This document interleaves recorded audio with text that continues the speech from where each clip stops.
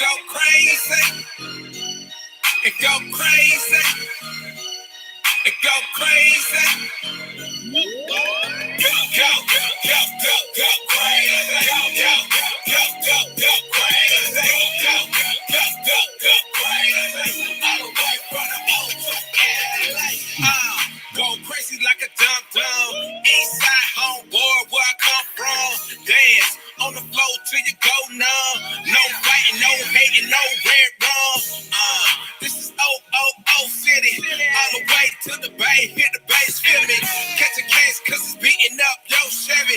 Get you moving side to side, getting all sweaty. Make it work it out. Turn the volume up loud. It's a draw crowd, make it all shout. Go, go, go, go crazy. All the way from the O to LA. Hit play on the track and I'm ready. Like a quarterback, Tom Brady. Get you all in the frenzy. Go, go, go, go crazy. Go, go, go, go, go crazy. Go, go, go, go, go crazy. All the way from the O to LA. Go, go, go, go, go, go crazy. Go, go, go, go crazy. Go, go, go, go, go crazy. All the way from the O to LA. Go, go, go crazy. Go, go, go crazy. Go, go, go already all the way from the O to LA. Go, go, go crazy. Go, go, go, go crazy. Go, go, go crazy. All the way from the O to LA.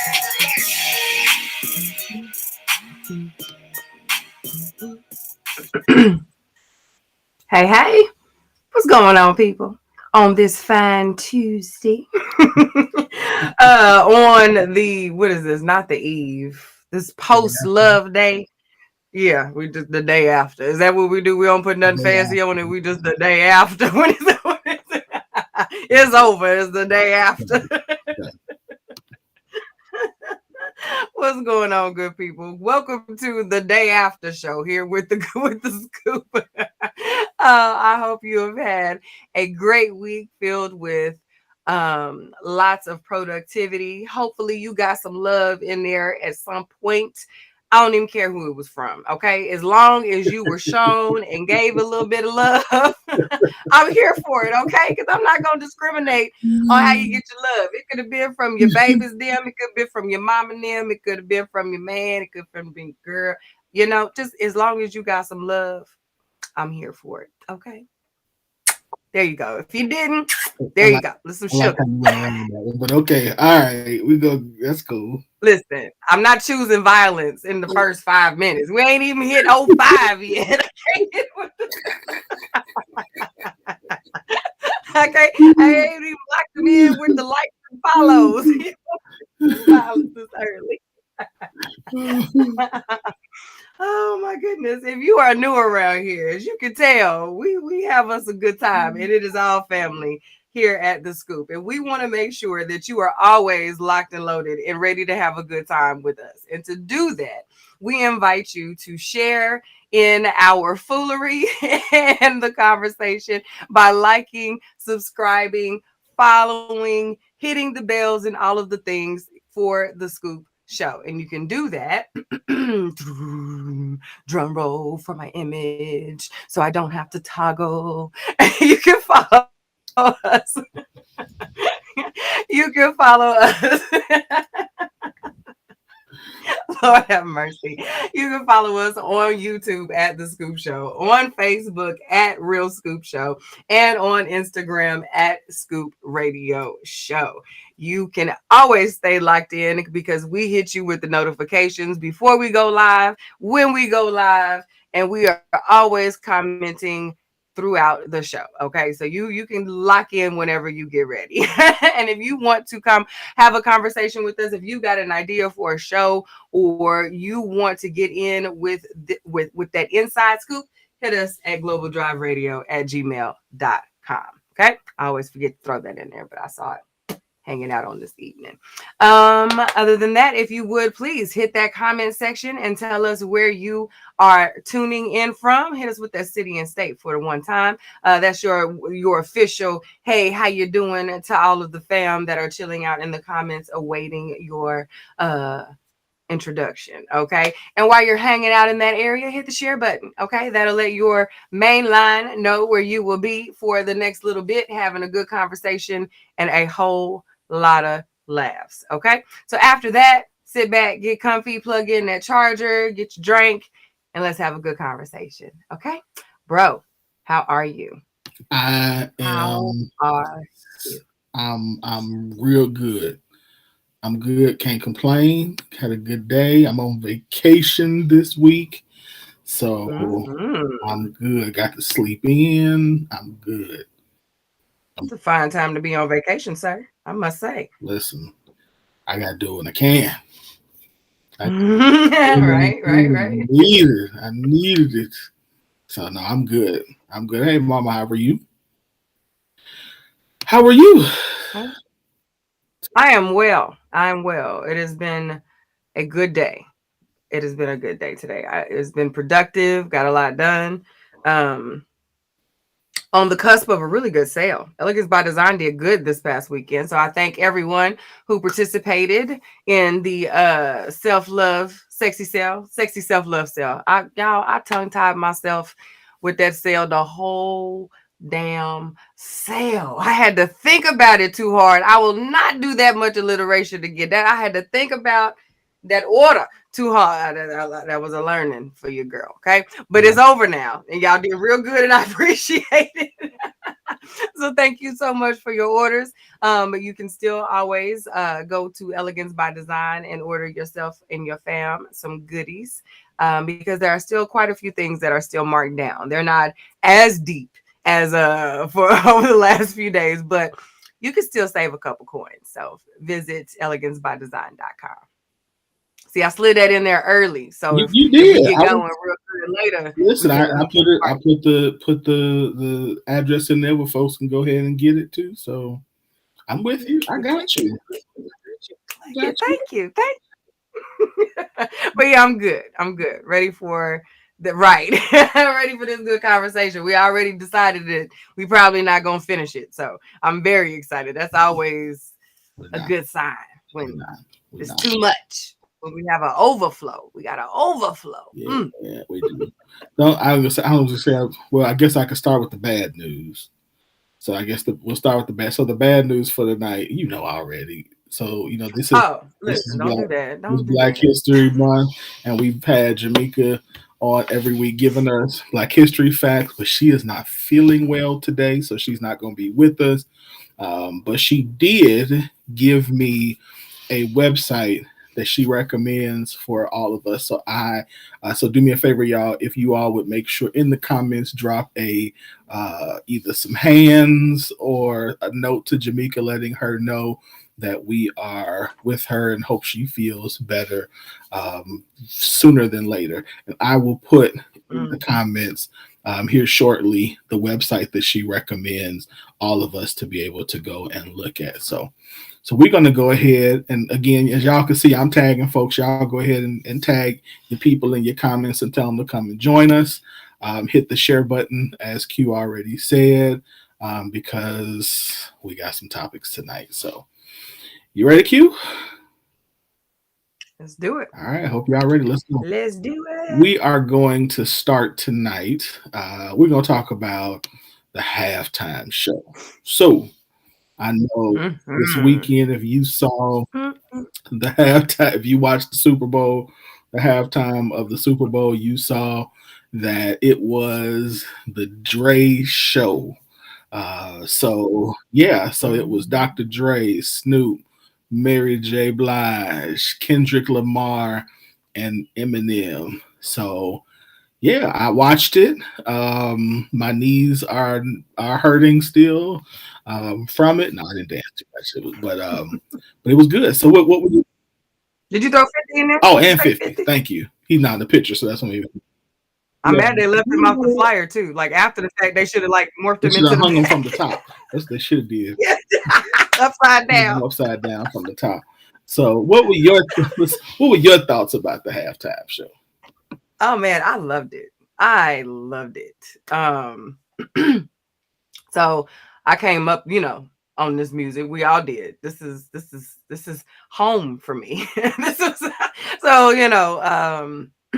I enjoyed every moment of it, even the moments that I didn't really think I was. I did get quiet. Nope. We're talking about accentuating. Yeah. I think I've said this on the show before. I am not a super Mary J. Blige fan. I love Mary's story. I love who she is, but her music is not always what I select for myself. Okay.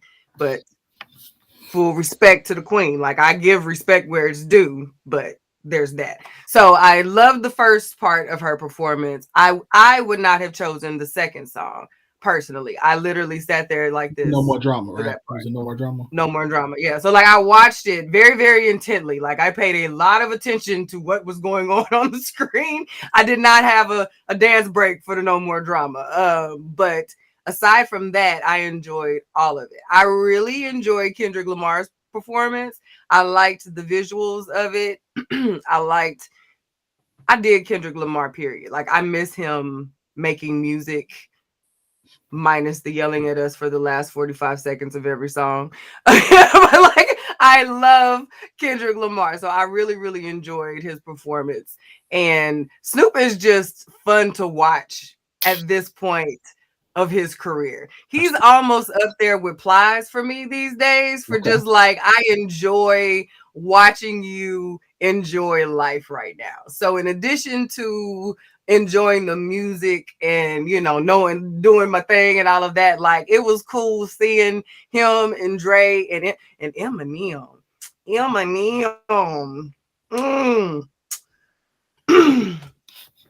It was nice watching them do their thing on top of the roofs. Like the beard.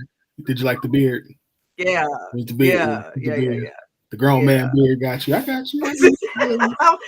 I like M, period, though. Like I've liked M from Weird M, like what are we doing here? Like when we still had videos and he was chasing the pit. Like I've always understood him some type of way, and like I've watched his comeback. Like I'm glad that M is still with us. I told James while we were watching it, I looked and said, boy, I am so glad this man decided to make it. Like I'm glad that the Angels put it together and Haley and them and the baby and them got him together and gave this man enough hope to keep it together and stay on this side of life so we could still have him, because I like him. I don't have any of them controversial feelings about him being a white boy in the game and all this.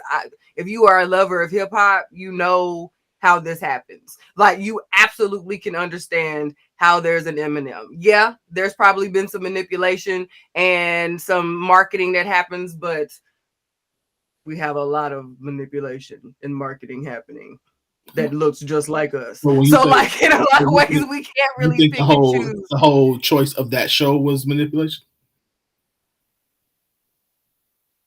What do you mean? Like it being all West Coast rappers or what? Well, I mean, just the fact that it was all black. I mean, it was black. It was. Oh, yeah. Yeah. Okay. I mean, we got Jay. We talked all this. We made all this hoopla about Jay being a part of the NFL. We weren't really here for it when that first announcement came out. We were like, okay, so that's kind of died down a little bit. We've given them, we've decided to show up for football, at least for the halftime to a certain degree now. Mm-hmm. So they knew they had to do something, or all of whatever Jay has made and bargained in the background, all of it has to come to fruition at some point. So he had to make good on bringing the people somewhat back at some point. So yeah, I absolutely think this is, and they all just recently dropped something. They're doing something. They're stirring up. So yeah, so I think everybody won. Everybody ate. I think everybody ate off of the Super Bowl to a certain degree. I think the only one I was, first of all, I was surprised that Mary was in there, because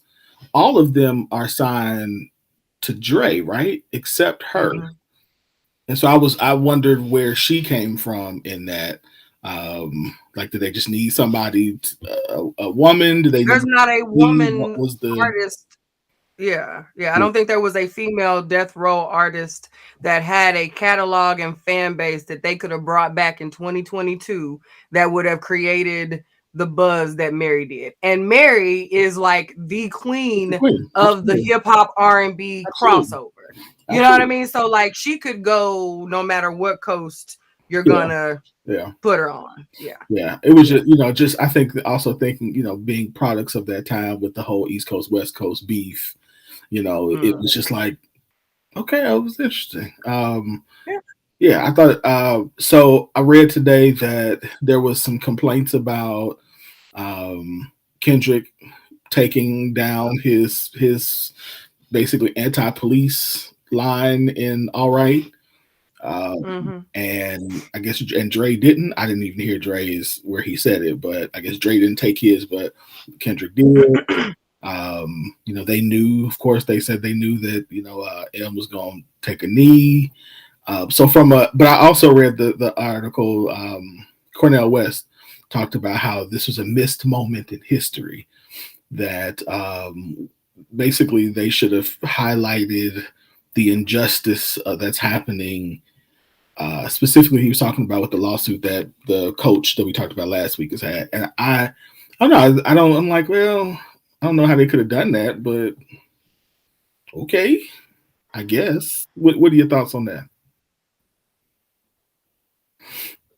I'm almost while I understand all that, I'm almost to the mind where that's kind of been done before. The spectacle in the middle of the football games and that has been done. I think it's not giving what it gave when it initially happened. And now it's almost like, oh, they're kneeling again. Even for us, to a certain degree, it's like, for a lot of people, they don't want that to continue to be at the game. Like, what else are we going to do? You know what I mean? That's kind of where it falls for me. Like, we're going to keep kneeling and keep having the conversation, but then nothing happens after we have the conversation about we kneeled and the Black people did it again. The Black people did what we told them not. Like the defiance, I get the why behind defiance. I understand that. But I also wonder, I'm also about effectiveness and who is this for at this point? Because we get it. And we're still here. We're still energized. You know what I mean? But like, I think if we're going to, who are the people that we're wanting to affect change in, that is not following, it's not hitting the same way. So we should do something different. So I don't really feel any type of way that they gave the people what they gave and they were able to enjoy it because they still mad. They were still mad today. So, I don't know. I didn't read that earlier today and I was like, I guess my thing would be, I get his point. But what could they have done? Like, in that moment, what could they have done to promote that particular issue? I don't know. So I thought it was strange. Like, I don't know what they could have done, and maybe I need to listen to Dr. West more. But I just completely missed the what they could have done in the moment to show support for Brian Flores and his thing. Now, I will say also. I don't know if you saw, but the numbers came out today. No, I haven't seen that yet. The numbers off the chart this year in comparison to, especially last year, was a decline. It was one of the lower years. This is one of the best. So, who was last year? I did not watch last year. I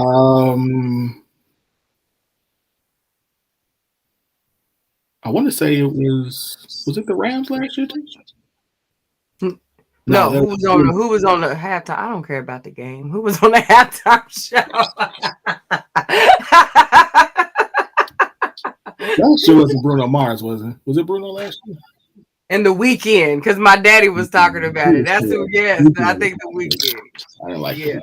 Yeah, my dad was talking because I asked him if he was prepared for, because I'm from Oakland. So although my dad is not a super rap fan, he's familiar with the artists that were on the lineup. So I talked to him and I said, "Are you excited for the halftime?" He's like, "Yeah, I just hope it was, I hope it's gonna do what we talking about it's gonna do." He's like, "It's boy, wherever that guy last year, he said the Joker, he's weird." I was like, "Daddy, the weekend, the weekend, the weekend." The weekend. I said it's much better when you just listen to him, when you don't get to put the visual with. I can understand where you're coming from. Getting the visual with the side. I said he does a lot of drugs. He said, "Oh." I said, "Yeah, he does a lot of drugs." He said, "Well, that makes sense." I said, that makes sense. It's okay, Dad. I get it. I understand these comments. All right, let's keep going. Yeah. We definitely ain't finishing all of these. All right, so ladies, when it comes to holidays, this is the wrong one, but okay. Ladies, when it comes to holidays or celebrating or even daily care, is your man an afterthought? Be honest. Do you put much into holiday celebration or his care for him? Not choosing violence. Let's talk. I have to put that in there because yeah, legitimate question, especially with yesterday being what it was. And listen, and after some of the conversations I had today, this is really a legitimate. Yeah. I'm just going to start this section by telling y'all, ladies, there's a lot of brothers who were not happy today. So, a lot of brothers who were not happy about yesterday. So, I'm sorry, y'all. Yeah. To answer your question, though, yes, I'm a giver, so I like going all out for my people, my man especially. Like James has things that he's into, so I can pay attention to the things that he's into and the things that he doesn't buy for himself, because James is a very low key kind of guy. As far as like his personal upkeep, James is easy breezy. So that's an easy win for me. He's hard to go all out for. Like I can identify things that he needs or I want him to have that he's going to enjoy. But as far as him being a fan of all of the extra that people might attach to holidays and celebrations and things like that, James just doesn't really have a whole lot for that. You kind of got to pull that out of him, which has been difficult when you're really trying to do a thing. You know what I mean? He doesn't really ask for a whole lot. And as far as his hobbies are concerned, they're very expensive. So when he does ask for something, it's like a big something. And he's like, "Okay, now don't buy me nothing else for like the rest of the year." And like he's adamant about it. Every time, the next thing will come up, he'll like pick up the laptop or something. He'd be like, "I'm good." And that'll be literally the end of the conversation. So now I'm back to, well, damn, he needs a pair of shoes. And, so I'm like, okay, he needs some more cologne. Like, so that is what I think how I end up in that cycle of the same things that men get. I can be creative, but he doesn't help very much because his asks are usually big when it's usually a I'm gonna publicly say, I've said this privately, but you do know your husband is my hero in a lot of ways, right? Like, dude is dope. He is. Yes, I know. And he's aware. He's my man right there. I'll be like, that's my guy right there. Yeah, that's my guy. But James, I can see that. I can see that though. And I think a lot of guys, I like that. I think the reason why I asked this question was I was watching something and like listening to the ladies talk. They were like, "What you mean?" Like they were like, these guys had all these things, and they were like, "What you gonna?"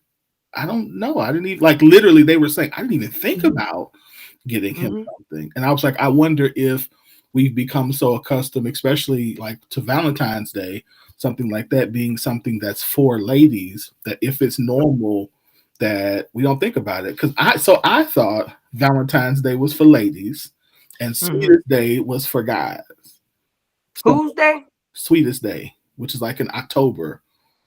I think that's a Chicago thing. That's a far Midwest thing because we don't have Sweetest Day here. I don't think we don't talk about it if we do. I was gonna say, but typically the problem is nobody does stuff for guys on the Sweetest Day, so it winds up being Valentine's Day and Sweetest Day is supposed to be for guys, and guys don't get anything.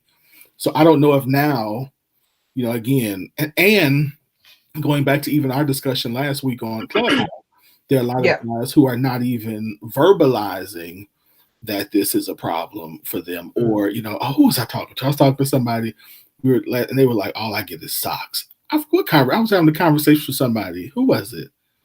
Like last week, and they were saying how they just keep getting packages of white socks, and I was like, "Really?" Oh wow!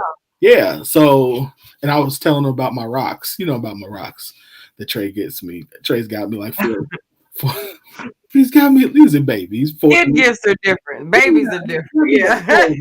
Like, I got 4 green rocks that say "Dad, you rock." So it's like, all right, but he was a kid, so it's no big deal. But he's a kid. He's a baby. Feel like guys. I don't think that in general.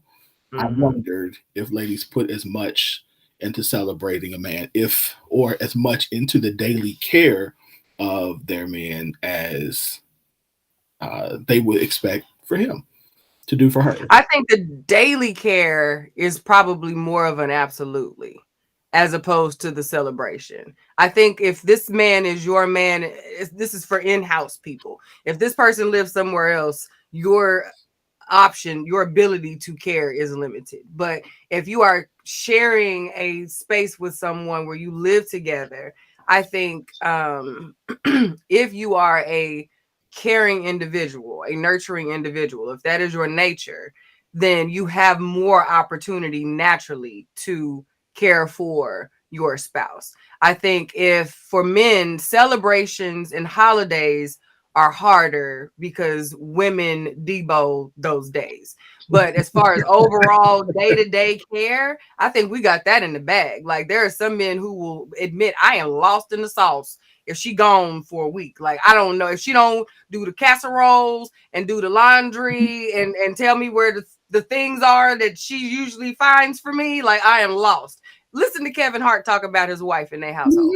Like, I listen to his podcast. He consistently talks about how he drives his wife crazy because he knows nothing and asks the most ridiculous questions because he is helpless. And I'm just in her way, man. I am in her way. It was like I could be there for a month.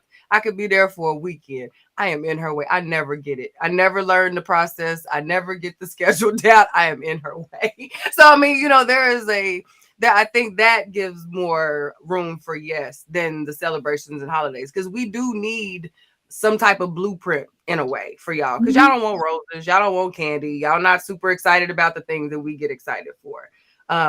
So yeah, we have to. It gets more difficult, but we can do better than socks. Yeah. I mean, than socks, sis. Yeah. Socks. Yeah. I don't even think James don't even wear white socks anymore. Get him the black Nike socks, sis. Most people the don't crew wear and the ankles. Like, get some variety in this. People don't wear white socks anymore. Yeah, I'm like, white socks?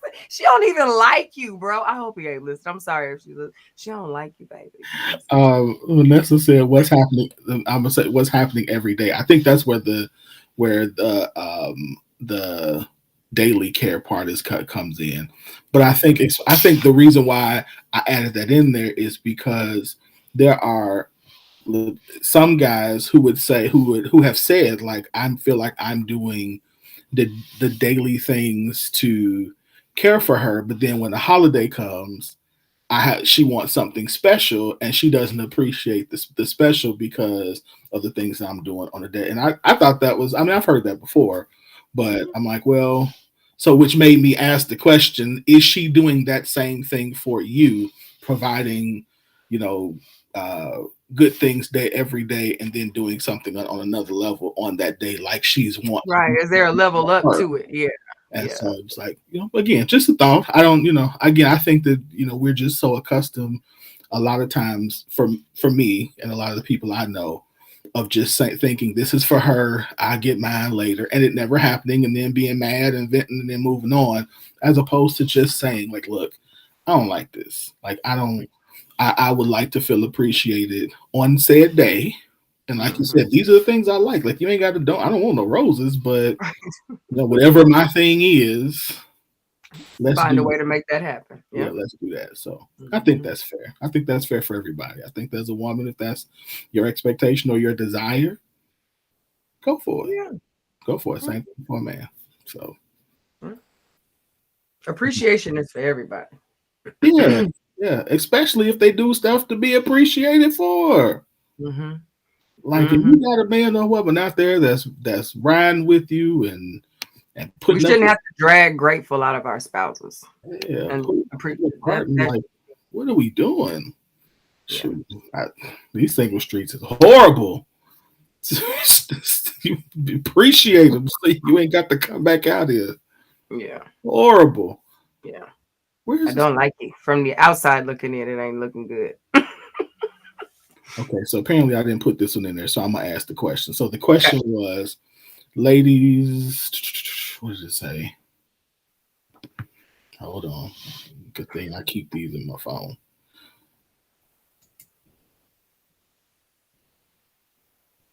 Of course, I do keep this one in my phone. Oh, is this the quit your job one? Yeah. I don't know if I have that one close. There's no need in us both scrolling endlessly. I don't think I have that one. But the question I vaguely remember the conversation.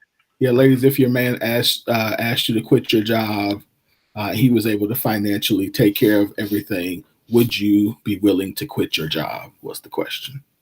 Yeah, something like that. Surprisingly, the majority of the responses were they would quit, but they would quit and do something else. Like they would quit to start their own business or quit to yeah. So I'm not gonna say I was surprised by that, especially in our age group. I was not surprised by that, but I did fully expect there to be some no, I need my own money and blah, like there was none of that, which actually surprised me. It wasn't I need my own money. I ain't gonna have nobody controlling my money. You can't control my money. They ain't controlling mine. He not gonna control me. That's manipulation. That's just y'all notice the choking and the manipulation. You know that's what happens. Come on, kid. Every time we have a conversation about something, somebody thinking like ma'am, nobody's thinking that deep to manipulate you. Not when we're in the same house together like that. No. So when I read it, the only thing that was lacking for me from the question to make it a definite one way or the other was why would he want me to quit my job?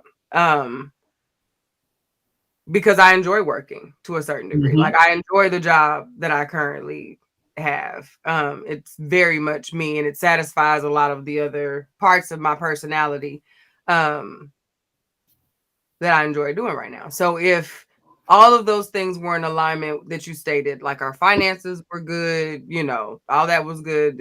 And we had a nice savings. I think you mentioned something like that. You had savings. You made it sound very secure. You know what I mean? All of the boxes were checked. If I used to be one of those, I have to work. I think if all of those things were in alignment, and even with how much I enjoy working, if his reason was, I want you to be able to relax, I want you to be able to be available, like at this point, almost 20 years in, if things were to now shift for us, because I've been working since I was 15 years old. You know what I'm saying? So sis is tired. Like for all of as much as I enjoy all of the things that doing what I do does for me, I'm tired. And there are some other things that I would enjoy spending my life doing. And I haven't been around for the whole first part of the kids doing life like in the way that I wanted to. Mhm. So this would be the that would be the opportunity for that to shift and me to dig into that differently. Maybe even more, not even maybe. I've thought about this more here recently, like even differently than I would immediately go back into full throttle of business.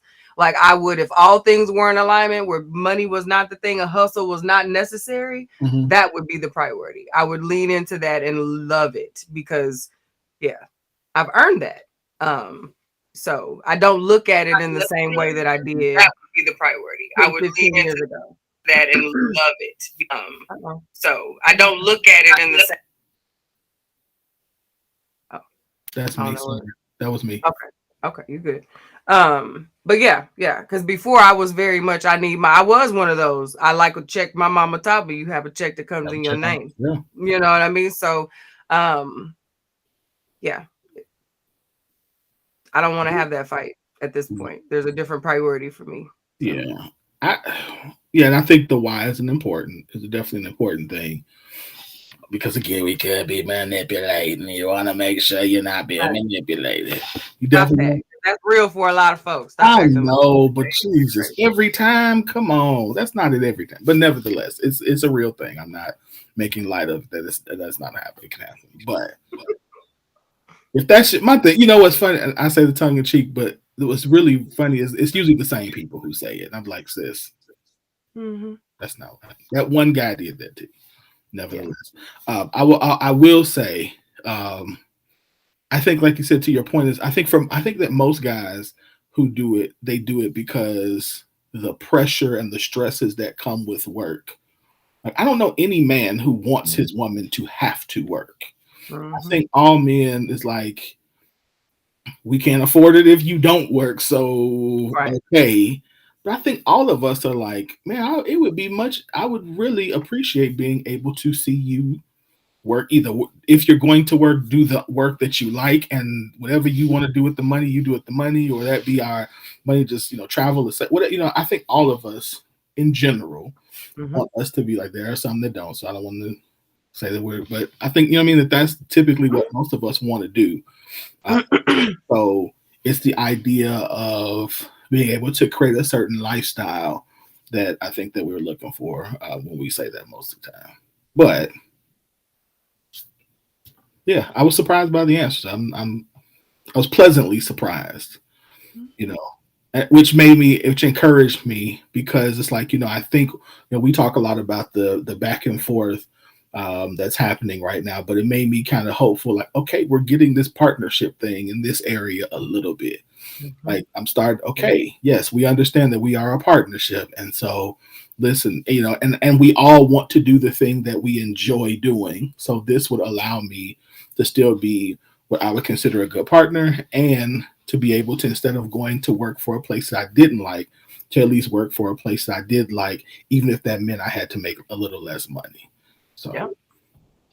To me, it reinforced what we've, in a way, as women, been saying. It's about the security. We can't have. It's not a can't. It's just harder to release that certain level of freedom and security and secure, where you can be all of that level of vulnerability that everyone, says that their masculinity likes to show up present and accounted for. It's one of those things. For that to happen, like it's one of those, that's not the issue, but we have to understand that these things generally must be in alignment, or very much so en route to, for that to even be a thought, you know what I mean? Let alone an actionable, but something that I'm even willing to consider, because I'm still looking at what our reality is. Mm-hmm. So you're asking something that sounds really good, and I would love to be able to, but in a lot of ways we're having the same day to day. So, right. Expecting that to just magically melt off of me because female, it's just, that's not realistic. So I think that's where a lot of that conversation, that back and forth gets going. That's not a realistic expectation to have that as consistently and happily and quietly as it's often positioned as the ideal way for it to show up. Right. Right. I agree with that. Yeah, I can agree with you. So. No disagree with that. All right, let's try. Let's go here. This was yours. You can explain this one. Oh yeah, this one is perfect segue into what we were just talking about. Actually, I did that. Yeah, I do. I like that. So, my good girlfriend Mars shared this back a couple days ago, actually, and brother Rich Wiley posted, "Imagine a man saying, 'I'll be masculine for the,'" and the Seymour says, "right woman."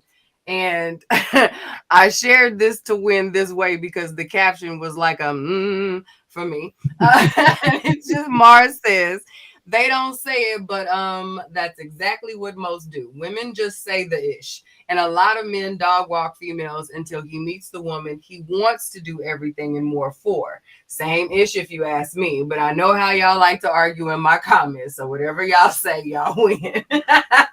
So like I completely understand. I understand not only her comment, her initial comment, and her unwillingness to have the damn argument in the comment section, because at this point it's like, but you know what? Whatever though. For the fact that we even willing to go back and forth about it lets me know, proves the point to me. But this to me is indicative of what I stated before. We all make choices, but we all also have to look at our realities of what we're dealing with here. We turn on and turn off our highest selves based on our most secure situations. So if a man is dating a woman who does not make him feel secure, and however he identifies what makes him feel like a masculine man, he's not going to even attempt to show up for her in whatever realm that even looks like. Because you got a group of guys who may have not been the Dapper, the Dapper, you know, the dudes who have got the uncles who showing, hey boy, this is how you doing that. But this is what they got. And there is a level up that happens in that range, so on and so forth. If you're even going to get that next turn on, you have to hit some of those buttons for him regardless. Same thing happens for women. If she is not secure in whatever secure looks like, wherever you all meet, then you're not going to get whatever that next level of her is. You know, we can talk a lot about if you're a feminine woman, you're just going to be feminine regardless. If you're a masculine man, you're going to be masculine regardless. That is cute. And again, to me, that skirts our accountability and responsibility to the roles that we take on when we say, I am going to be your partner. If we're talking about me, just me, Shaquila, and my femininity, yeah, if I got to wake up every morning and just be sexy for me, well, I mean, I satisfy me. Like, I don't have no problem with me. Like, I'm not stressing me out. Whatever my stresses are, I'm going to be able to deal with. But with what I am in control of. I am the sole controller of the things that are affecting my stress levels, my anxiety levels, I can turn it off and on to my discretion. But as soon as I allow somebody else into that is now a part of, that is meant to complement, that has the influence to be able to affect how my flow flows, well then no, this ain't just totally on me anymore. I'm sorry. This is not that's not no. I just don't know any other way to do that. If I'm going to be solely responsible for my happiness and you are solely responsible for yours, and there's no expectation of any reciprocal joy being shared or burden being released or any of that, then what are we here for? Because I'm here to do that for you. Like, I'm going to show up fully prepared to do that for you. But if that's too much for you to ask for you to do for me, I'm not gonna ask you much longer. Like, I won't be asking you anything, sir. Like, I mean, that's like, what do we even? Hey, I disagree. I said that last week. Like, I think we forget that. First of all, I don't have an argument to what she said because it's pretty cut and dry. But if I did, I would be only proving her point. So it's like I don't have anything to say. Like He's like, it's well, pretty weird. It's pretty weird to do that. I mean, I get, I get, yeah. I do think, like you said, we are we are who we are no matter what. I don't even really believe that, because I think that there are, and like if we know anything, we know that our environment influences us to some level. Like if you are a masculine man, being in a certain environment for a long period of time is going to get in you, and it's going to change how you are. So it's the reality of environment, how environments are. You can fight it, you can, leave it and, get your strength back and come back in it. But the reality is, you stay someplace long enough, it's going to wear you down. Yeah. Yeah. Yeah. I got nothing. That one got me though, because to hear it flipped around, this is one of those times where I'll be like, "Shut up!" Like when everything ain't meant to be. But what about us? Like to me, this is what. So I just did. I don't know if it we could. I'm like, what? This does happen. This like you really thought you said something. Like this is exactly what happened. You just said the sky is blue right now. Nobody's being good to nobody if that's what we're saying. Right. Yeah. All right. Next. Yeah, I was like, yeah, I'm not got nothing for that one. All right, let's see. What's this one? This is an inbox question. So, ladies, do you think that men carry as much responsibility as you do? Example conversation. Her, these men always want to tell you they want you, but never show you anything. Him, why are these women acting like we have more hours in a 24-hour day than them, like we don't have kids, jobs, overtime, last minute stuff, and life in general to account to for? Then communicate that. Him, only for y'all to say make excuses. I shouldn't have to explain life happening to another adult. So let me say, okay, I'm going to say this. We have a lot of times we have great questions, and then we have great questions that have really weird, bad examples. I actually think the question itself here is good. I just don't understand the example. So because to me, the example actually just communicate you're busy. Like I think that's just a sign of care. If I care about you, if I'm busy, I'm gonna say, hey, I'm busy, or I got such and such came up. Can I call you tomorrow? Like to me, that is not a response, having more or less responsibility. Like that doesn't equate to the question for me. I think the original question is actually a very good question, because I think we have assumed, I'm not going to say correctly or incorrectly, that we've assumed, in my opinion, by Winfred Burns II, that because in most instances, the bulk of the child rearing or the domestic things happen from a woman, that from a whole life responsibility, that means that the woman has more responsibility than the man. I don't know if I agree with that. So that's to me why the question was good, but the example, I just was like, and even when the person sent it, I was like, you sure you want to post? Okay, I'm gonna post what you present. This one, just no edits. So I'm just being honest. I don't understand the question. I mean, I understand the question, love the question, but I don't think the example inside that's pointing to that question makes a lot of sense for me. So if it does for y'all, that's cool. Please comment on why it does so I can understand it better. So I didn't take it to the realm that you did as far as the responsibility for life.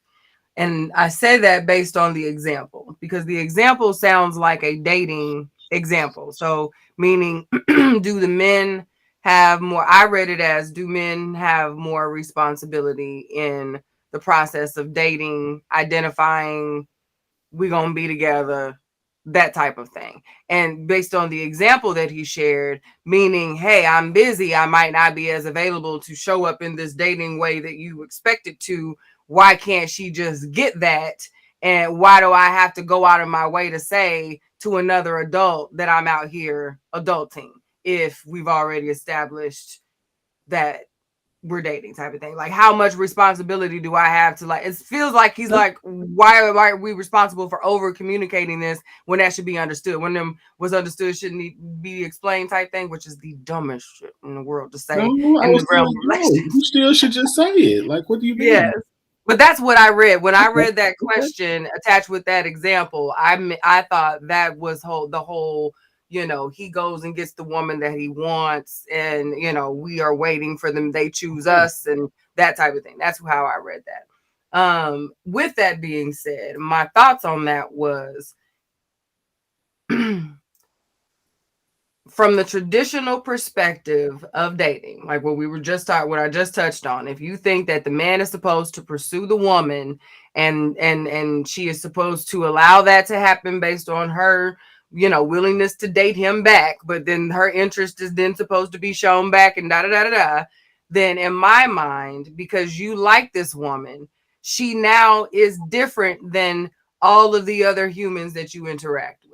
If this is the person that you're choosing to spend your time with romantically, they should be, if anyone is going to get a heads up, they should be that person that is owed that heads up. If not for anything, it's to keep you in good graces with them so that they can understand that there is still interest here.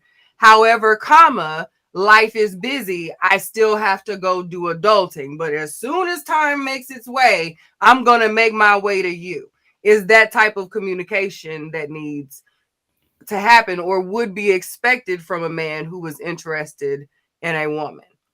And vice versa too. And that's what I was about to say. And traditionally, if that woman is following how we're supposed to court back, she should also be receptive to that communication and understanding he's gone out of his way where he could have just left me on red, ghosted me, not said anything. He's gone out of his way to communicate the fact that he is busy doing things to sustain his life, which is a plus. Good thing. Green flag. Okay. You know what I mean? So as long as that is done within reason and it is communicating, you are making reasonable attempts to stay in communication and show interest with that person, she should also be receptive to that and allow you room to make those accommodations so y'all can continue to date. Right. This example sounds like I don't really like this person that much, because you do those things for people that you like. You go out of your way without bitching about it for the people that you like. I think so. Okay. The only, using your understanding of the question, the only way that I would understand not doing it is if we've already had communication. We've already talked and said, hey, you know what, from time to time, things come up and they happen really quick and I don't have time to, you know, to respond and let you know. So just know that when that happens, if you like, if I normally call you at 5 and I don't, this is what's going to happen. And then when I do talk to you, then obviously I'm going to let you know what's going on. Hey, you know, but outside of that, I really just don't really see the big deal to me. Like, I don't see why, you know, why now, again, unless it's something that happens all the time. But yeah, I don't know. Hey, I'm busy. Hey, I gotta take my daughter. Hey, at the game. Hey, I'll talk to you later. Hope I'm thinking about you. You know, like. Mm-hmm. Yeah. And at some point you have to know that just because you're interested doesn't mean that you should still stay engaged. And I think sometimes that's hard for people to understand when dating. You can know that you have an interest in a person, like I really, really do dig you, but you can know that this is not the right time. You know what I mean? And you creating excuses for it. If you always have something to do, if you made contact New Year's. Y'all was New Year's kicking it. Y'all been hanging out New Year's, and you have not been able to see that person until the week before Valentine's Day. That's problematic. That is problematic. Like at this point, you can't now say, "Man, I'm busy, man. It's just, you just gotta understand, man. I'm out here lifing, man." Bruh, that's a whole 6 we don't need to be dating anymore. Like this isn't a detriment. This isn't a problem for either of us. You are just not that into me. You're interested in me, but you are not engaging with me. You like me a little bit. But like you ain't putting in none of the effort that's really going to get me or you over the hump of interest to make this worth it for us. So like, let's not play these games and let's not make it anybody's fault. Right. If it doesn't become that way, if it doesn't go further than this. I also think we have to be honest too. So that to not do this now, like during the dating part, like I think one of the benefits of doing what we're talking about in terms of communicating what's happening is if you decide to take it to the next level of marriage, you'll have to do it there too. Like this is like that level of communication is going to be vital in order to maintain a functioning relationship. Like again, you don't have to be attached to the hip, but they do need to know like in general where you are, so something, A, for protection and safety, B, so we can, like, I mean, there are all kinds of reasons we need to know what's going on. You're just not out here. So I need to know what we're doing because we are the unit now. Well, I'm about to, because I might be about to make a decision, but if I know that you're doing this, or okay, well, I need to stay home. So, maybe the kids are coming and somebody will be here because he or not going to be here or vice versa. Or I need to prepare this. So when he gets here or when she gets here, this can go. Like, it's just that level of communication I need. So practice it now. Yep. And like, it shouldn't seem like a nuisance. And don't get me wrong. There was a time. I remember you wasn't here for the check-ins when because you know why? Because I felt like I was being mamaed. And I was like, look, you're not my mom. I ain't gonna tell you where I'm going all the time. You know what I mean? Like, and then I had to make the shift of like, she really is not interested, like that I'm going, like she ain't trying to control my life. This is just a matter of care. This is a matter of me being a good partner, because you best believe, even though I didn't want to tell where I was going, you wanted to know where she was going, because because my job as the man to make sure that she's always covered and protected, and I can't do that if I don't know where you are. So, but now that is just as important for us for the very same reasons, right? Absolutely.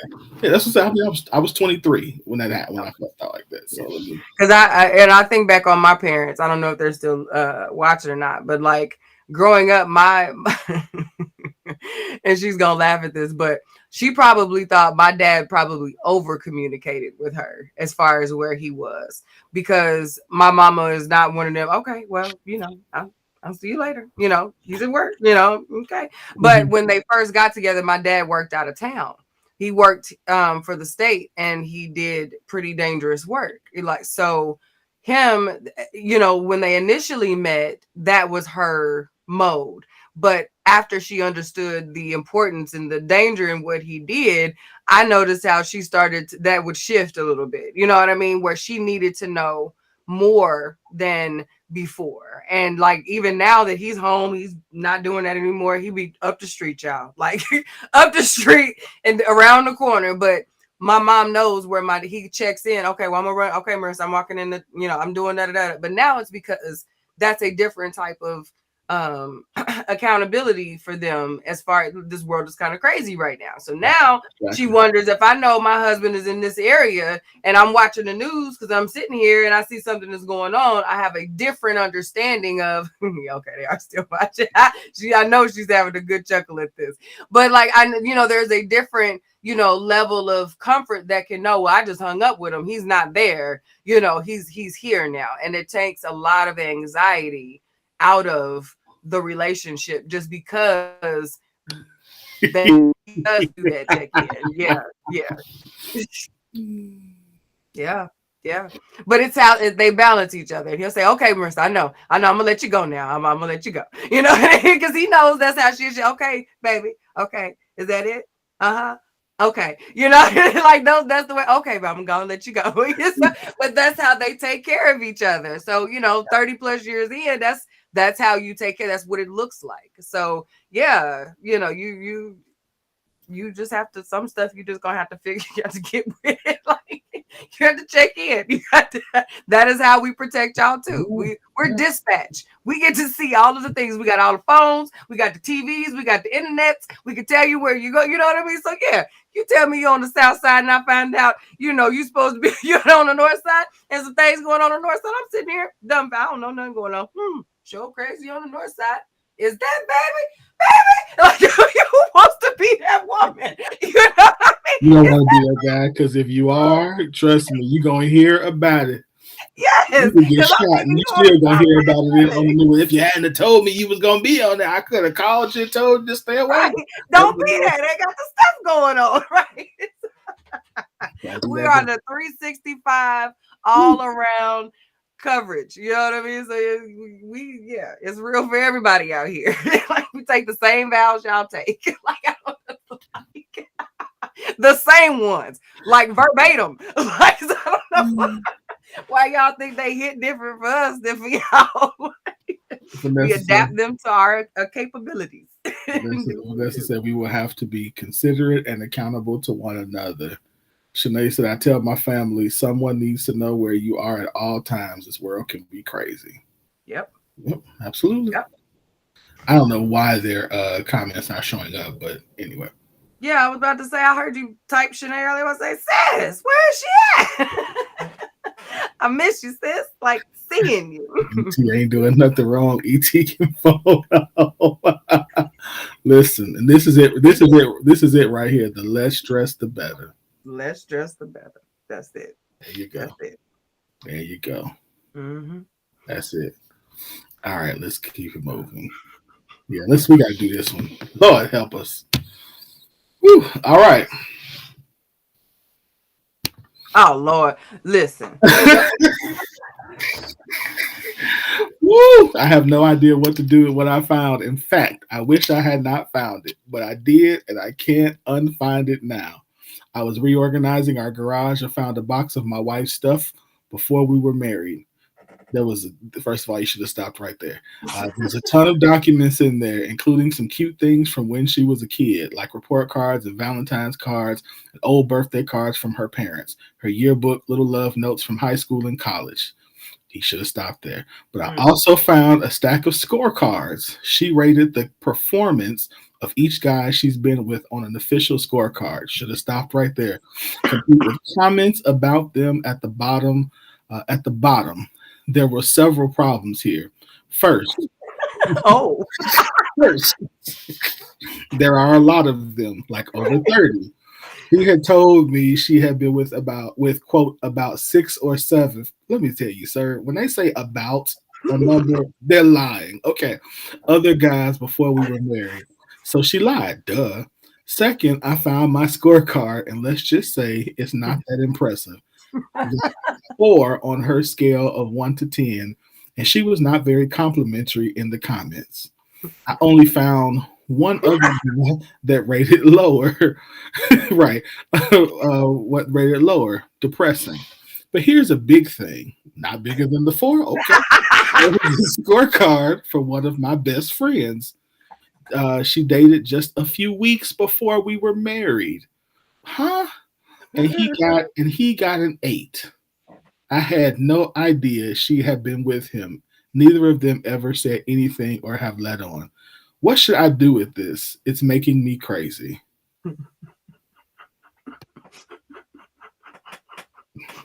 Sir.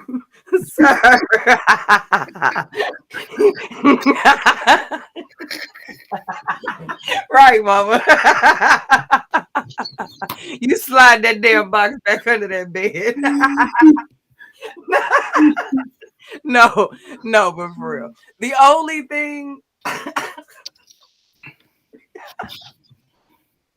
Damn fool. I just want to know, why did you keep looking? Why did you keep looking? He was crying. By the time he found them scorecards and he realized what he was reading, his hand started shaking. When he couldn't help but find his card after that. Shuffling. First of all, I've been Like, like, he could not one, look two, at that three, point. 4, 5. Oh, He committed. He had committed to his foolish fire at that point. There was no extinguisher anywhere inside. She said, what she said? She said, "Oh my God, I know she. Oh my God, she'll never made it to the garage." And they said, "Did they go on Married at First Sight?" I need a shot after that one. Man, she's the one. Okay, so now she's stupid for leaving it. Yeah, that's my thing. Why is this in the home with you, sis? Like, first and foremost, this needs to be gone. Second of all, the only thing, that's what I was gonna say. He needs to address the whole you and the homie. That is what I would address. Listen, you know what I mean? Don't bring up your scorecard. Don't bring up the scores. Don't bring up the numbers. That is none of your damn business. Okay, listen, it's too late. It's none of your business. I'm bringing it up. I saw it. You gave me a 4. We need to talk. Okay. We need to talk. Maintain low tones with your 4. You at a half and half right now. Your homie might be. Lower your voice. No, we need to talk. You gave me a 4. A 4? That's a 40%. A 4. That's not even. You ain't even take that volume down to a 4 too when you confront me about it. So I was in the garage and right. So babe, work hard. Baby. Any question about my report card? I thought you graduated in no time. Oh my God. But no, we'd have to holler at your boy. Like, we were having to holler at your boy. If he don't holler at her about 4 out of 10. Yeah, we gotta holler. We gotta holler. I mean, you ain't barely ever hitting the spot, sir. I'm sorry. 4? Yeah. You look up and get anyway. Not that great. Him and old buddy is over though. He ain't never going. If he could stays with her, he sure ain't gonna stay homies with him. That ain't gonna work. That might be the best bet, actually. I probably wouldn't confront either of them. I'd just fade to black. I would just fade to black. You should just pack this stuff in his car while he was reorganizing the garage.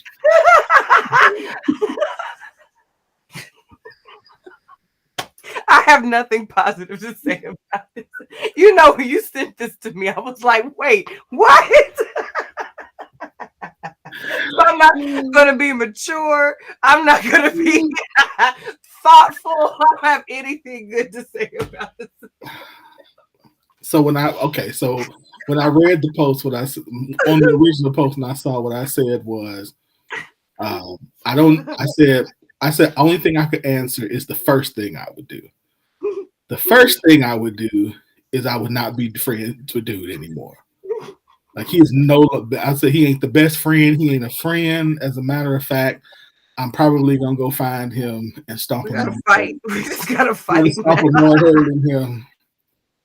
3 weeks, a few weeks before we got married. You gotta square up, homie. That means if he's your best friend, he was probably in your wedding. Yeah, that's your boy. Oh, he has to get hurt really bad.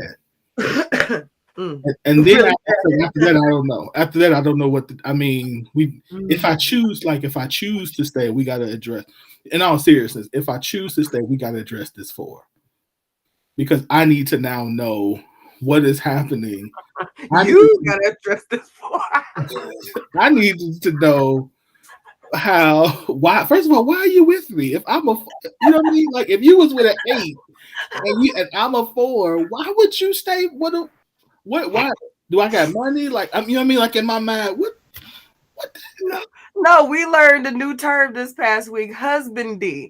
His 4 might be husbandy. It's got other benefits. That's what I'm saying. That's why I want to know what those other benefits are, because it ain't what I'm doing in the bedroom. Gosh. A 4? Oh my God. Where is Shanae? I need Shanae's comments in the She said what she said put in the put she says Pandora's box. Man, and he should have lit it on fire and just been like, nope. I mean, nope, that's not for me. She said, well, so how do you address the 4? You don't. I mean, well, no, you do. You just have to be like, look. So, my thing is always, first of all, you should be asking. Like, you should be asking your partner all along, like, what can we do better? Where, and you got to have, let's just be clear, as a man or a woman, to ask that question and to receive the feedback, you have to be a pretty self-aware and confident person. So, if y'all on that level relationally, and I wrote about it in the book, like you all should build to the point in a relationship where you can have honest conversations about not being pleased in, sexually pleased. You should be able to build to those conversations, but clearly it's a whole lot going on.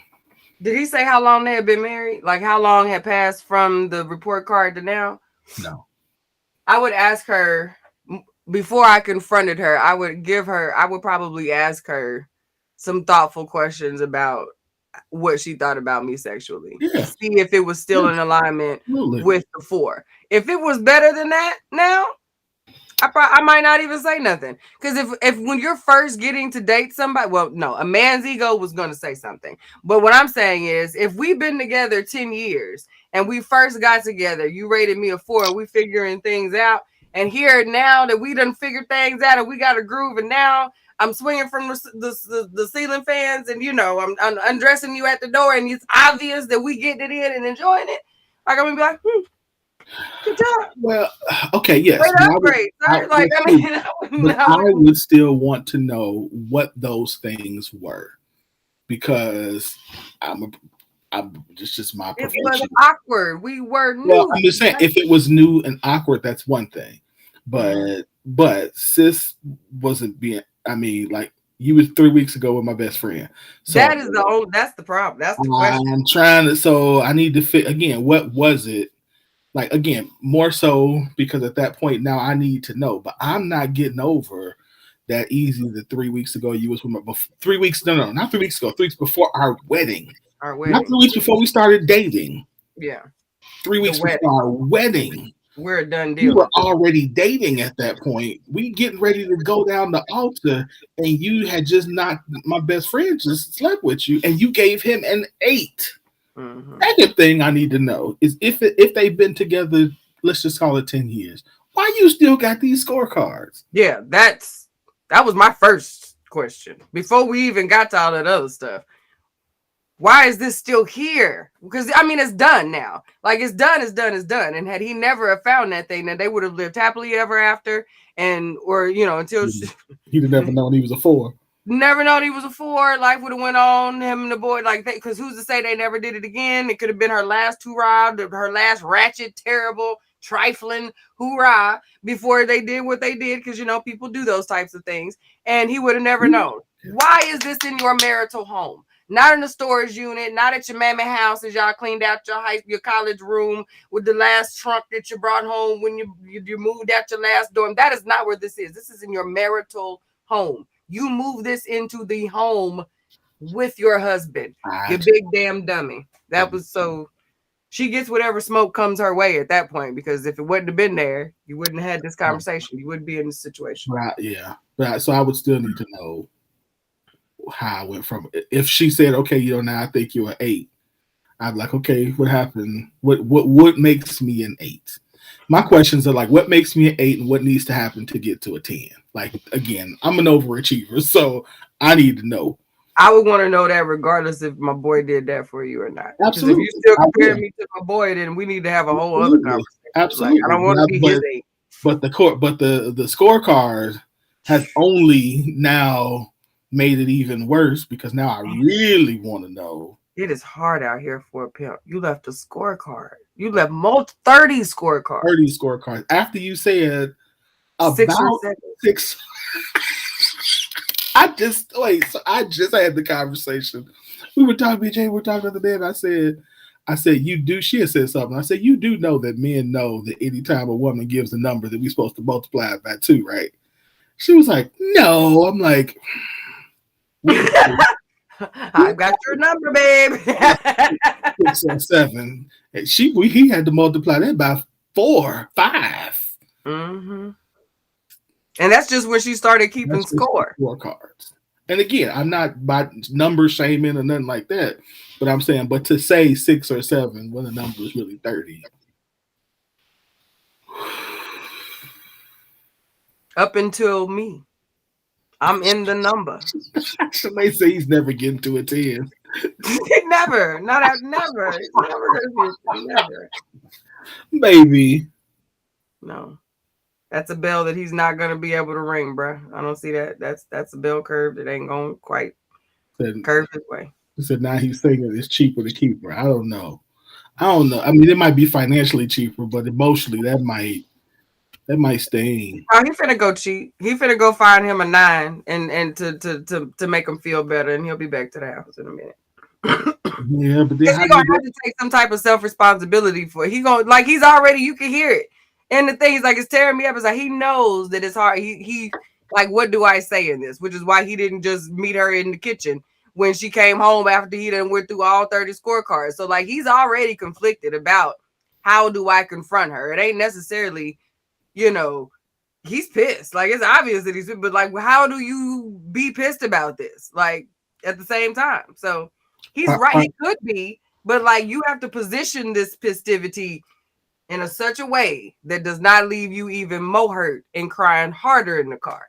Because that's what you set yourself up for if you come at this gingerly. Again, keep your volume at a 4 for a while until we understand where we establish secure footing in this here confrontation. Okay? He gotta be humble.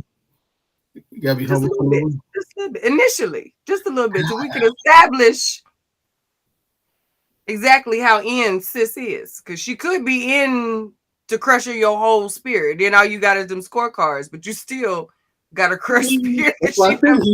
He should have been packing the bag, her bag or his, so that way that we need some. Now he's trying to stay close because he don't want her to run back to that 8. He ain't going nowhere. He don't want hey, if you already a 4, what you lose? I mean, you already got an 8 ball. There's so much wrong with this scenario. Po babies, po tinker. Yeah. Yeah. All right. I'm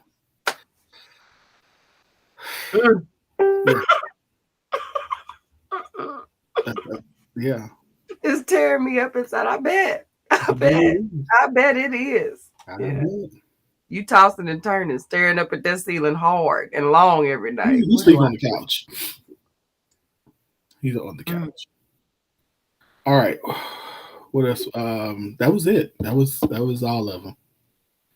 We made it through. You see what time it is though? Okay. I mean, that's not carrying over, so I'll take it. We did good. Right. Go ahead. You want to go introduce our main topic? Oh shit! Forgot we had that. I'm thinking we had our main topic. Okay, so last week when we ended our show, we were discussing our good sis Miss Jasmine Turner had posted a conversation. She had started a conversation on her page, and this is the meme this was the image that was attached to this conversation. So Mr. Michael shares that it took us 3 years of dating to find a communication style that works for us.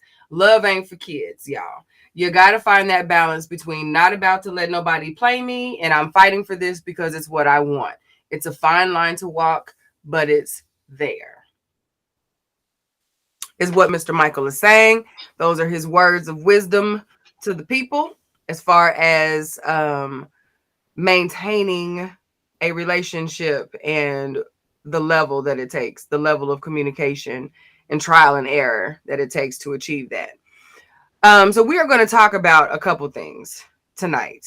One, is this 3-year time frame realistic? Like, is that more than it should be? Is that right on par for finding your groove in a relationship?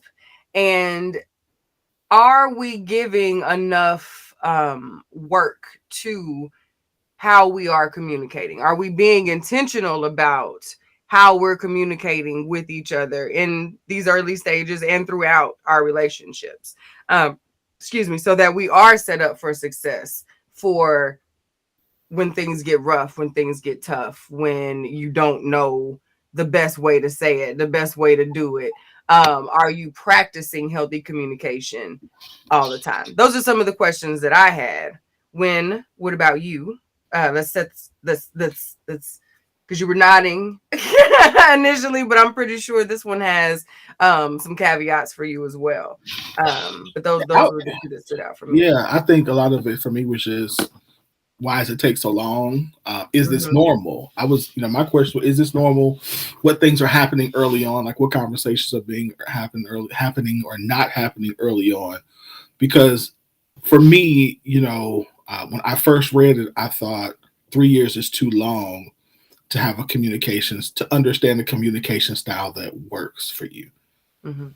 As I processed it more, I thought 3 years is too long for a communication style to work, but 3 years is not too long for us to get comfortable in said communication style because it takes practice. So I'm like, Right. what did he mean by it took us 3 years to be able to do that? So yeah, I was thinking like, is he more so referring to the nuances or is he really just saying it We took us just three figured it years? out. Yeah, we just Mhm. figured it out. So Those are good questions.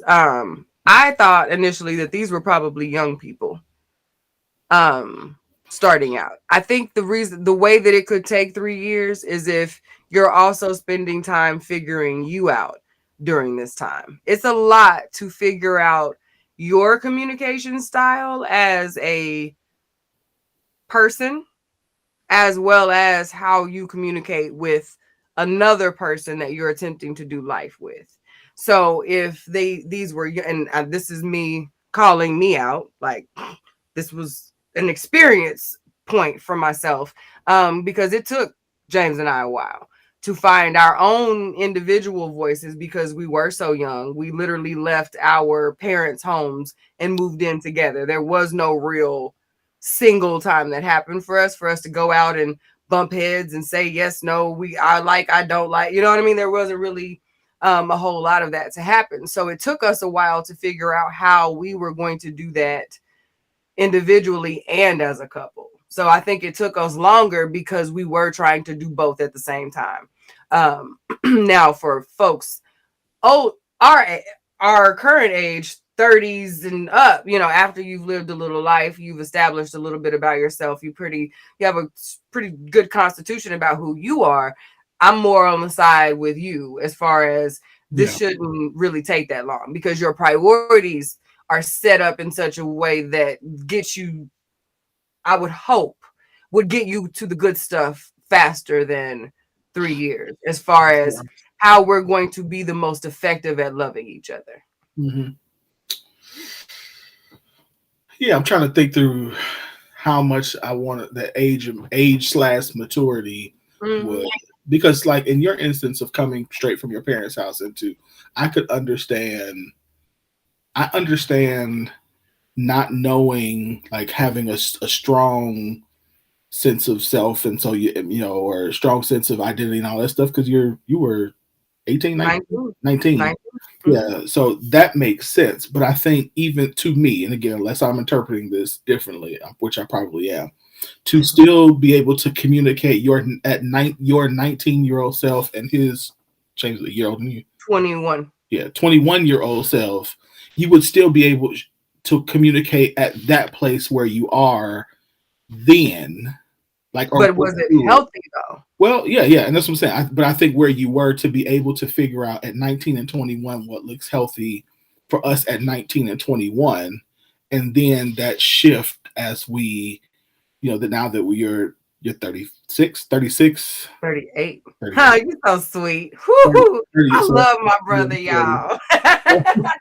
So in that time, you know what I mean? So I think it's going to change, and it can have several different iterations of itself as we mature and as we grow. But I'm in my mind, I'm thinking even at 23 and 22 when I initially got married, like to have the conversations to figure out what works. I wonder, like, and I could be completely missing it because in my mind I'm thinking it could have worked for me and not worked for her, and she just didn't say it, or vice versa, or some things Mhm. work for her and not for me, and we just so I don't. I think that's what made this conversation very, very intriguing to me as to what are we saying like a communication style that works for us versus what are we saying, again in terms of yeah, what are we really trying to say? Dr. Damon says it could take a lifetime seriously if your version of figuring out communication styles means you're actually spending that time focused on trying to convince your partner what is right and how they can do better instead of focusing on understanding yourself and your personal values. True. Hmm. It's true. Yeah, Um, because at that I'll have to read that one through because that almost sounds like you're not really working on the communication with each other. You're working on there's a difference in we're sharing communication as far and difference is me communicating to you. So yeah. that's where I think I even push back a little bit on where you said like in those early stages you find the healthy way or the best way for you to do it then. I just think you're using a lot of words or you're using a way. You find a way that you find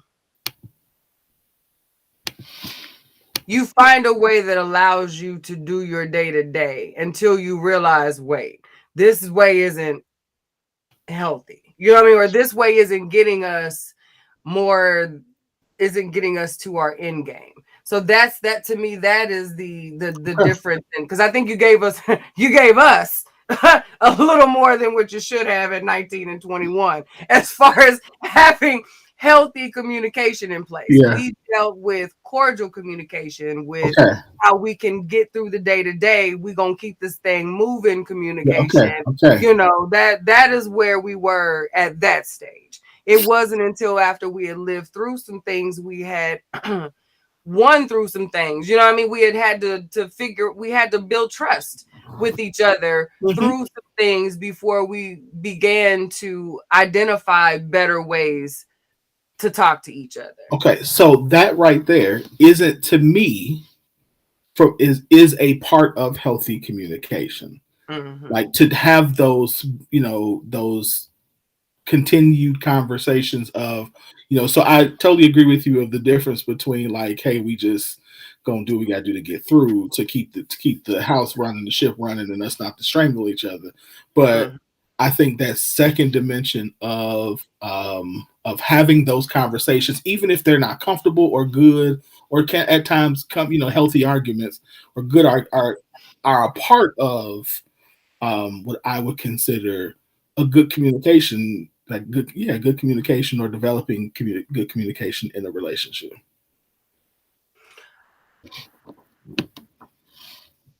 Keep going.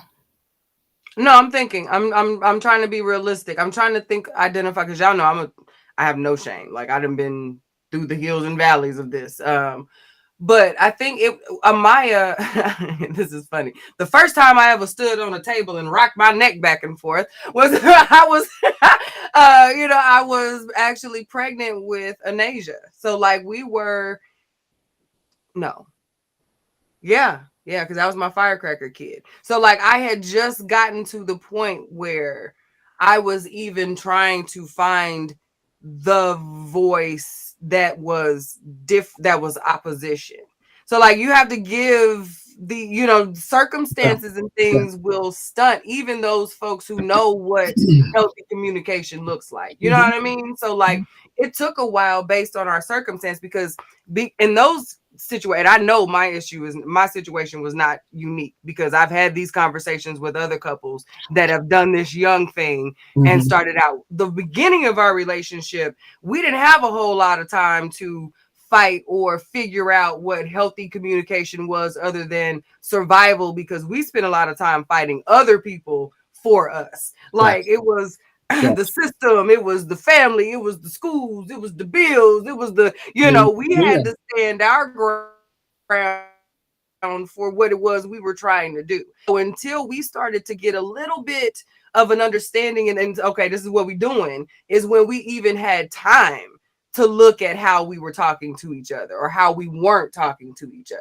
So like a lot of the times, ideally, especially now, our good matured, got a little education under our belts, can read a couple books and whatnot, we could say yes, ideally. 3 years is a long time. We should be asking the questions and doing the things, but based on where we beat these people and decide to have these conversations, that plays a lot, even for the most well-intentioned people. Absolutely. Yeah. No, and that's why I wondered if this was normal. When I first thought, when I think I said that on Jasmine's, my response to their post was like, is this normal? Because in my experience, I can't say I can pinpoint when a lot of the couples who I work with have come with like, okay, at year one, this has happened. You don't know. First of all, most of the time people don't, when they get to me, it's been several years already, or they're brand new. And so we got to work through the nuances and change. But I don't know. I wonder. And then, so the other part of that was, what conversations need to be had or continually be had to get to this point? Because 3 years is a long time to be in a phase of unhealthy conversation.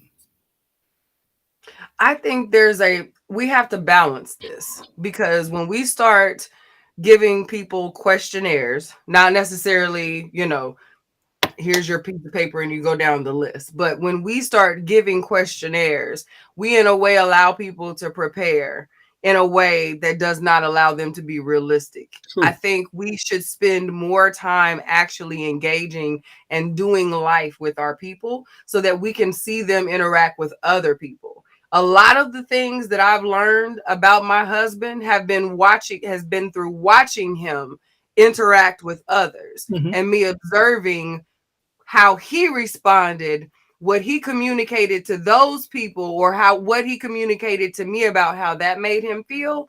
And then that allowed me to ask him, so wait, so when to ask myself, so when I'm doing it, this is what he wishes he would say to me. Because what I'm going to, if you ask me a question, and you are my lover, you are the person who I know you're vulnerable with, and vice versa. My first mind, even though I know that might not always be the best mind, is to protect you. Absolutely. Even if that protection is not always for your good. If I might need to tell you this thing right now that's going to get us to the real security and protection that we're after. But my first mind, because I want easy breezy, I want calm, I want you happy, I want you loved, I'm going to give you the answer that I know is going to get us enough truth, but not World War III. You know what I mean? Like, because you don't like what I say, and now we got to get down to the nitty-gritty of the thing. So, we have to, the whole ask the questions thing, to me, that's necessary to a certain extent. But I'm not trying to give the cheat codes for you to play in my face. And which is to what old boy is saying, we got to get to the point where it crosses over from I'm protecting me to now I'm protecting we. And I think that only happens after doing life with somebody. You ain't going to answer enough questions that's going to make me magically think you're going to be down for me forever. Like, there's not a quiz on this earth that's just going to make me be like, oh, that's my guy. We're going to have to live a little life. For me. I don't think it's necessarily I agree with you there, because you know how I hate about the quizzes. But I think there is some good things that could happen from having certain conversations early on. But the quiz, no. Shanae says, I didn't even know my communication was terrible. I thought it was normal to yell. He didn't yell. After that was fixed, it was 3 more levels of communication to conquer. Communication can be hard. Absolutely. Yes. And it changes. And it changes. Absolutely. It changes. Which is, again, that's why I said I don't know when we talking about 3 years, are we talking about the changes? Are we talking about, like, I think there are some basic levels of communication. And so, like, there's some basic things of communication that can be established pretty early that make it healthy. I think the other nuances of it can make it difficult.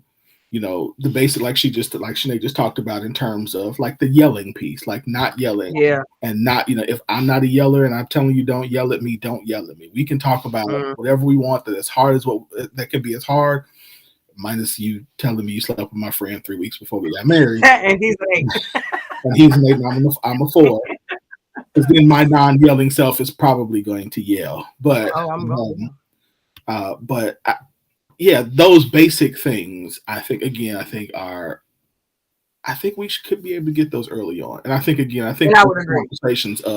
conversations of you know, how we want our stuff to function, and talking through those things, or hey, you know, I don't like when you do that. When you do, you know, like stuff like we could do that. But yes, to your point, you're right. You definitely have to see, and it really is. I use that a lot.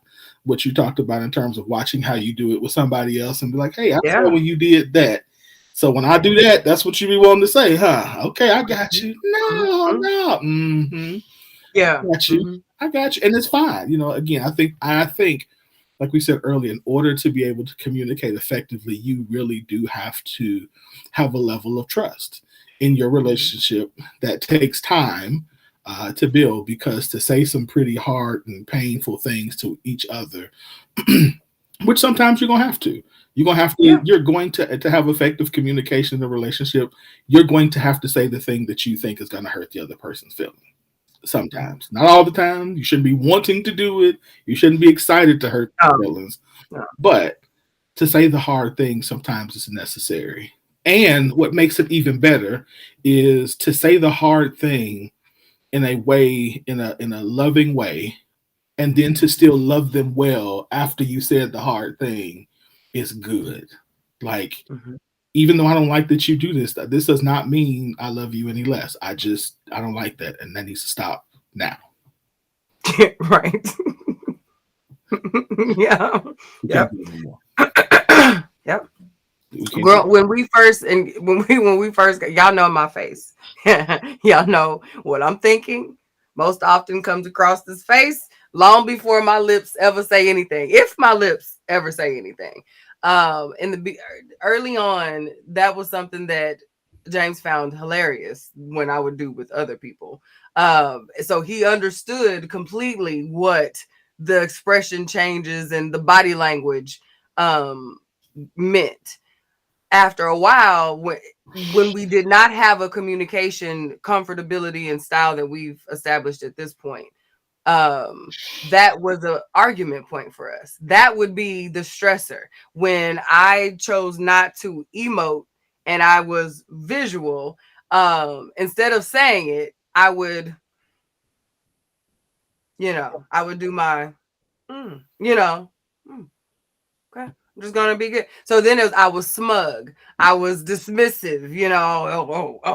Just your face. that was the thing. Now, after we've gotten through it, he's understood. I've explained to him. I had to use my words and explain to him why that would happen and why that's a part of my, why I do it for them and why I'm doing it for you. A lot of it's sometimes similar reasons for that. We had to gain some understanding. Now we laugh about it. I can have that look coming from, I heard that. I know it's F me. I know it's okay. And I'm like, yeah. So go on over there for a minute, because you're on my nerves right now. So let me have my moment. I'll be back. And we laugh about it.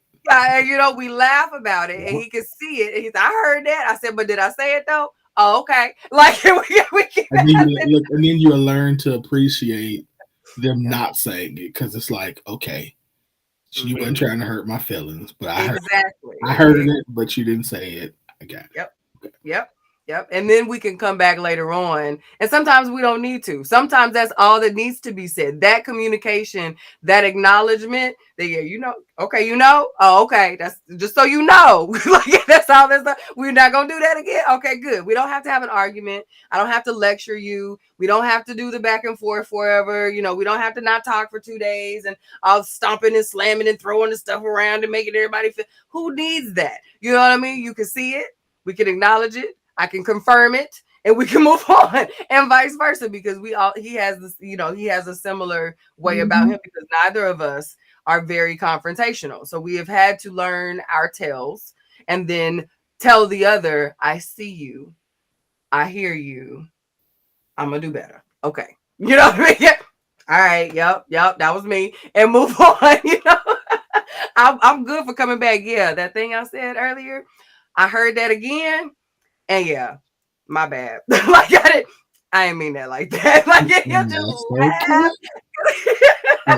that's like I get again. I think that is, to me, that is healthy communication.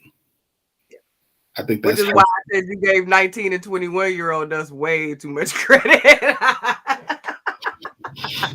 But again, I get like what are we expecting at 19 and 21? You know what I mean? Like I wouldn't expect 41. I wouldn't expect 40 and 38, you know, Jane and Shaquilla to, you know what I mean, to communicate like 19 and 20. Like it shouldn't. You don't have any of the experiences. You're still functioning in, you know, 19 and 21-year-old, you know, world. So it should be. And that's why I think part of what I was digging through the question, trying to come to a place of like, what do they really mean? Are we expecting too much? Are what we calling healthy and good communication really just, you know, not, I don't know, something else? You know, like I think sometimes we have this fantasy idea of what communication is at times, that healthy communication is not arguing. That's not true. I don't think that's true. I think a good, healthy, boundary keeping argument is necessary at times. I think it's very necessary, because again, sometimes you need to say the thing that's gonna hurt. Or just that needs to be, it doesn't even always have to hurt. Arguments don't always even have to hurt. Sometimes I'm not saying that's what you're saying, but just to clarify for people who hear, you know, you'll have to argue, that's where you get your hurt out. That's not even always what that is. Sometimes, you know, that can be a consequence of communicating, is sharing a truth that can in turn become hurtful, because that person is not always in the space to hear that. I was listening to Brene earlier today, the Atlas of the Heart, and she was clarifying how you can say something to a person and that makes them feel shame, but that does not mean that you necessarily shamed that person in what you said. Correct. How they've received what you said is not always the intention or even what it is that you did. So, you know, those are sometimes the results of hurt. But you know, confrontation in any environment is healthy. That is how progress happens. So I'm glad that you mentioned that, as far as that whole not arguing is not help. That is not true. And I think that is some of what handicaps us, thinking that everything has to be hunky-dory. We're going to skip off into the sunset singing songs every day. That is how you end up living one of those, I don't know what I'm doing and I hate it here type lives, because you don't get to say anything. It's the arguments that we're saying. It's the arguments that we're trying to hurt. It's the argument, like you said, that we're like, "Ooh, this is opportunity for me to say all the stuff that I've been holding back." That's problematic. Yeah, that's not healthy. That's problematic and unhealthy. But to address an issue, it is good to address an issue and say, "Hey, listen, this is like this," and even, you know, this might come off as hurtful. And I preface a lot of times by saying, you know what, I might say this wrong, so let me say this, and then let's talk through this, because I might say this wrong, and it might come out, you know, or how did you hear what I just said? Because I want to make sure that I said that you heard what I was really trying to say. And then, okay, no, that's not that part right there. That's not what I was trying to say. I was this. Okay. And so we can process, and then giving them time, depending on your style, giving them the time they need if they need to process and all that kind of stuff. So let's see.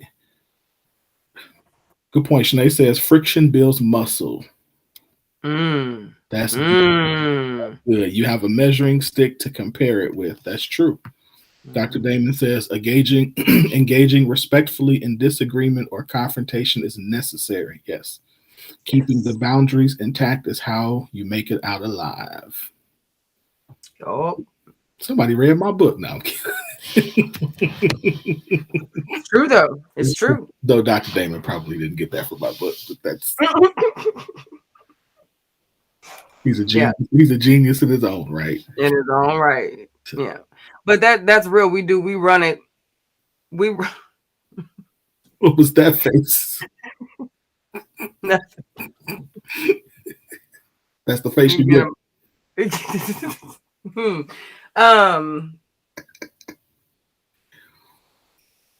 Come back to us. Come back. You have something to say. You was about to say something.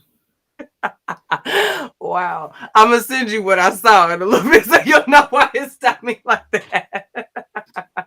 But yeah, it's just one of those we run from confrontation, and it's one of those things that really does. I love what Shanae said is about as far as friction making us stronger, because it helps us understand what it takes for us to, like, how we need to be challenged and what it's going to take for us to toughen up so that we can actually deal with the stuff.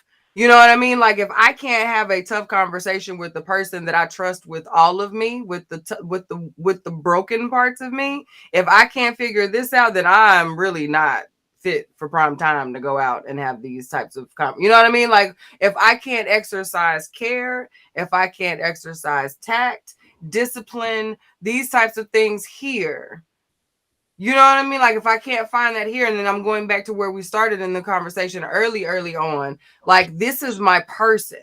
If I can't find the energy to create space for all of those things here, why am I here? Yes. So we have to be intentional about creating within a 3 year, you know, before we get to 3 years. Now that we're having this conversation, I think now everyone's going to be looking at their minds like, 3 years, have we established healthy communication and within the, you know what I mean? Which is good. If the scoop has implored you to check your communication levels and timelines, good.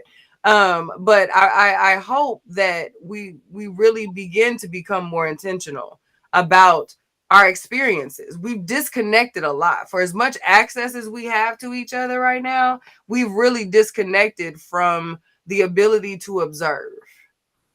We get to observe people's cover online and in these spaces where everyone is performing, but we don't really put ourselves in vulnerable spaces to even watch others be vulnerable. We're uncomfortable with others' vulnerability at this point, let alone our own, because we've been so removed from other humans for so long. So as we move into our relationships, whether they're existing or new, like, I would hope that we really start to be much more intentional about what we choose to engage in and what we're watching, what we're taking away from those experiences. Not just selfies, not just, you know what I mean? Not just to say, yeah, we did that. Oh, you were so cute. Da, da, da. Like, when you come home, like, what are you reflecting on? What did you experience here? What memory did you make that is going to be lasting?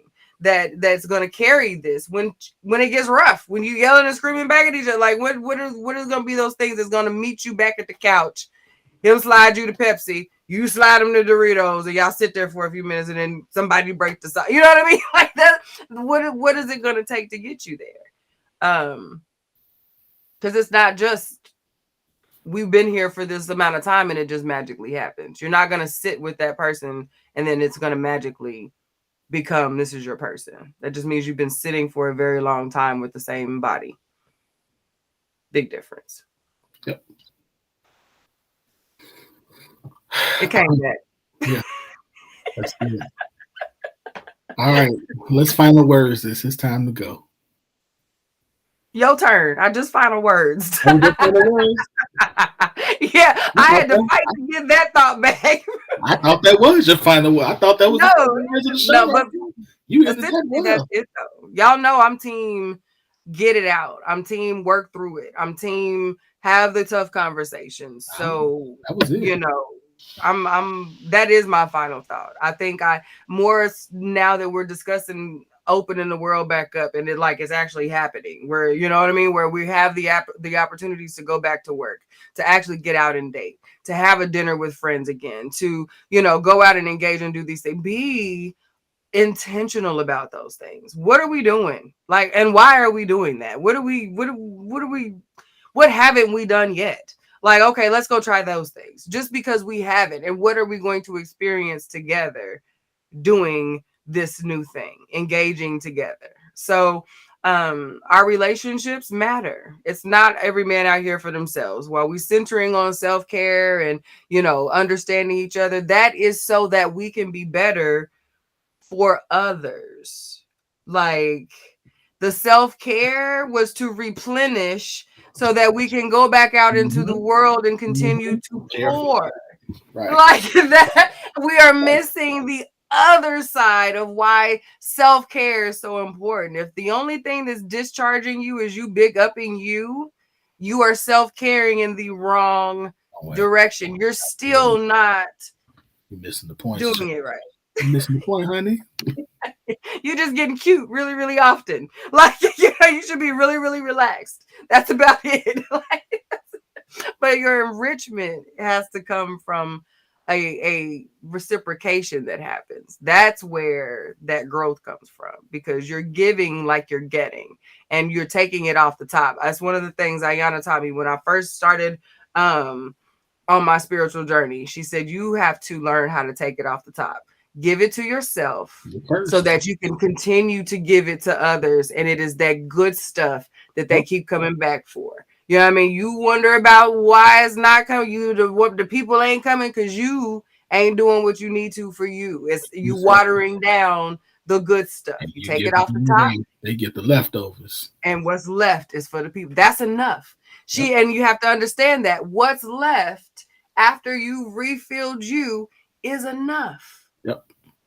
But if you giving what you don't have, it's never going to be enough. Yep. I say that you can't. We always say, we talk about cup overflowing. People are supposed to get the overflow, not what's in the cup. Not what's in the cup. And that's we giving people to sit in the cup, and that's for you. Mm-hmm. Do that. Yep. I'm thirsty for me. Y'all get what's left. And that's just real. Yeah, and when I started to really take that into account, I changed. And what I started to give changed. What I started to get changed. You know what I mean? And as soon as I stopped forgetting to take it off the top, what I get changes. Yep. What I give changes. Mm-hmm. I don't like that so much. And Absolutely. Come on back. Absolutely. Good stuff. That's good, Shanae. That's good. That's good. You preaching. Yeah. I guess I did have an extra final thought in there. This has been good. This has been a lot of good stuff tonight. Let's see. We got anything else? Are we good? I'm good. Yeah. I gave my ad earlier. So elegancebydesign.com, y'all.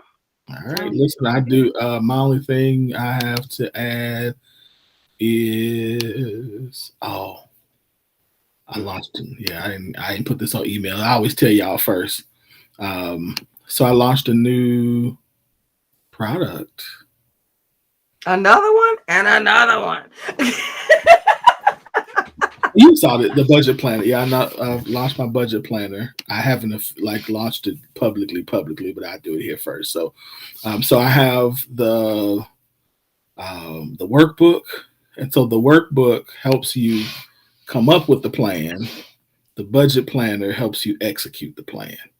So if you're looking, so you get the workbook that helps you walk through, really from now until. I have a section in there on end of life planning. So that's in there. And this will help you walk out walk out whatever your plan is. So go to my website, get it, gumroad.com/Winfred Burns II. You can pick it up. I don't even remember how much I put it up for. I want to say I did. I don't remember, but it's the sale price because it's going to go up after a couple of weeks. This is my intro price. So you better get it now. I think it's 47 right now. I'm not doing this with you. I think. I'm not doing this. Let me see. Look, let me look.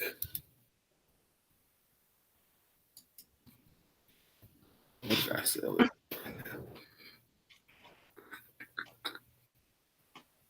Right now. Yeah, 47 right now. I did raise the other one, so the other one is back to regular price. So the workbook is back to regular price. So 47 for right now, and it'll probably be there for a couple of weeks, and then I'll go back to 67. So y'all better get it now while you can. Get in there. Say Q, while you're looking, your locks are gorgeous, by the way. They're growing so fast. Thank you, baby. Thank you. All right. Love satin. Elegance by design on mine. Right.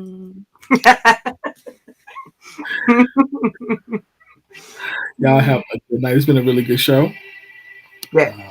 A lot of good discussion. So yeah, if you have questions, y'all know, especially even if you're watching the playback or if you have questions, you can always inbox us or put them in the comments.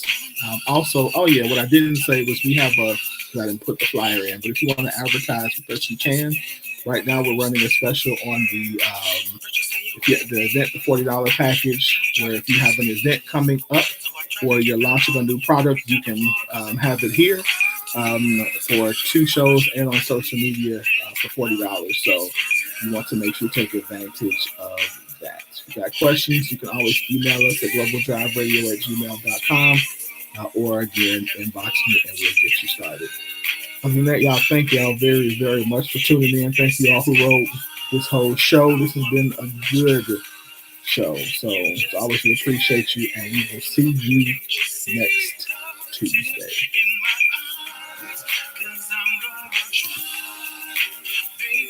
Treat you right. Just give me one more try. If this is goodbye.